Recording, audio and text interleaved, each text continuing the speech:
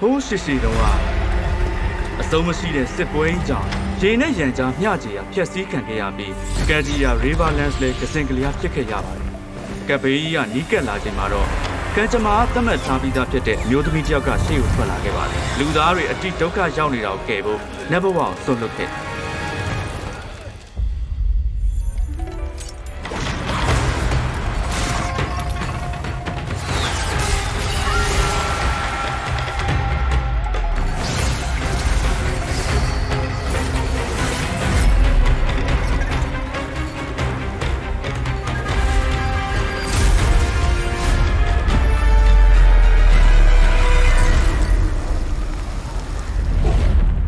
တင်လို့ရ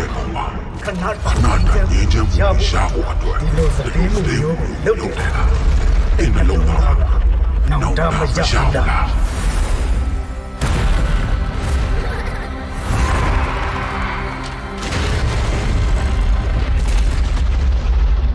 ဘုံကိုကာကွယ်ဖို့အတွက်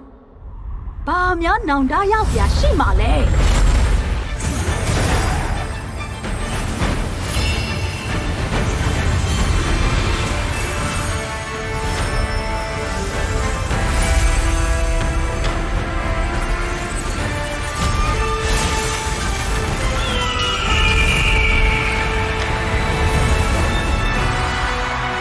ဒီနေ့မှာပဲကံကြမ္မာလူပြည်ပေါ်နောက်တစ်ချိန်ထပ်ဆင်းလာခဲ့ပါတယ်။လေလို့တော့မရတဲ့ကောင်းမှုတွေနဲ့အဆုံးမဲ့အကျဉ်းသားတရားတို့ပိုင်ဆိုင်ထားတဲ့နတ်ဆရာမစစ်တီရဲ့ပေါ့ငြိမ်းချမ်းမှုနဲ့ကြွယ်ဝချမ်းသာမှုတို့ထိမ့်သိမ့်သူအချိန်ရဲ့တိုက်စားမှုကိုခံရမှာမဟုတ်တဲ့သူဒီနေ့မှာပဲဖီနစ်ငှက်ကပလင်ပေါ်တက်တာကိုကောင်းကင်ဘုံရောမြေပြင်ကိုပါတက်သေးခံစေလိုက်ပါ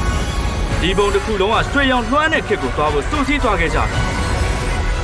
မေရော့ကအချိန်ကနေအာယုံဦးစီတို့